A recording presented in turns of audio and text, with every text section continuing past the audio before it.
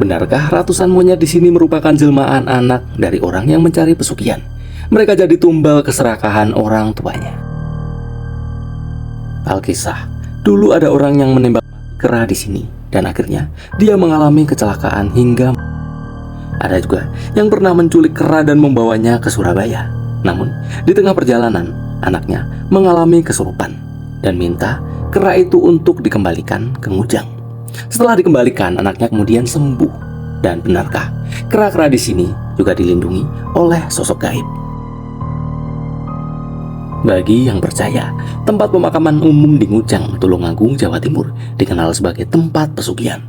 Namun, menurut sejarah dan cerita dari masyarakat sekitar, zaman dulu saat penyebaran Islam di Pulau Jawa, Sunan Kalijaga memiliki murid kesayangan yang bernama Eyang Sentono Renggo. Beliau adalah orang yang babat alas di wilayah Ngujang ini.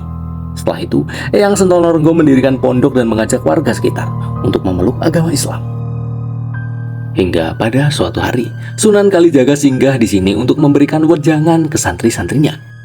Namun ada dua santrinya yang nakal, laki-laki dan perempuan. Dia malah kabur saat diadakan wejangan atau pengajian. Sunan Kalijaga yang tahu hal itu langsung menghampiri mereka berdua.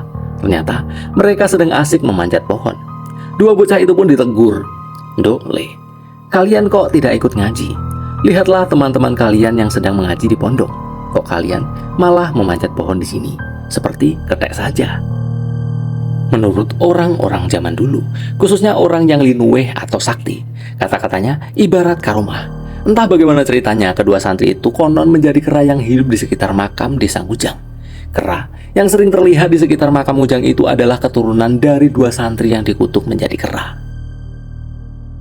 Desa Ngujang terbentuk dari dua kata, yaitu Ngu dan Jang. Saat memberikan nasihat pada para santri, Sunan Kalijaga mendengar suara kera. Nguk, nguk.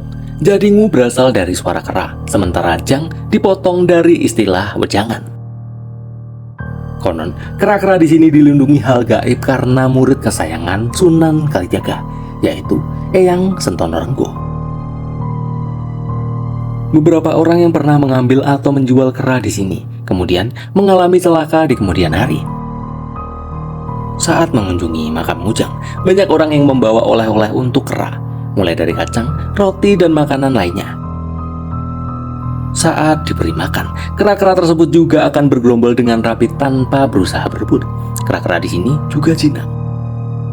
Karena jembatan Ngujang yang baru sudah dibangun, kera-kera yang awalnya banyak di atas jembatan, kini mereka lebih banyak menghabiskan waktu di bawah jembatan ini. Kata warga sekitar, mereka juga biasanya akan turun ke makam antara jam 4 sampai jam 5 sore untuk makan. Sayang sekali, saya datang ke sini pagi, jadi mereka jarang terlihat di makam. Tentang mitos makam Ngujang adalah tempat pesugihan, dan para kera ini adalah jelmaan manusia yang jadi tumbal pesugihan. Saya akan bahas di video yang terpisah. Jadi, mau ke tempat bersejarah mana lagi kita?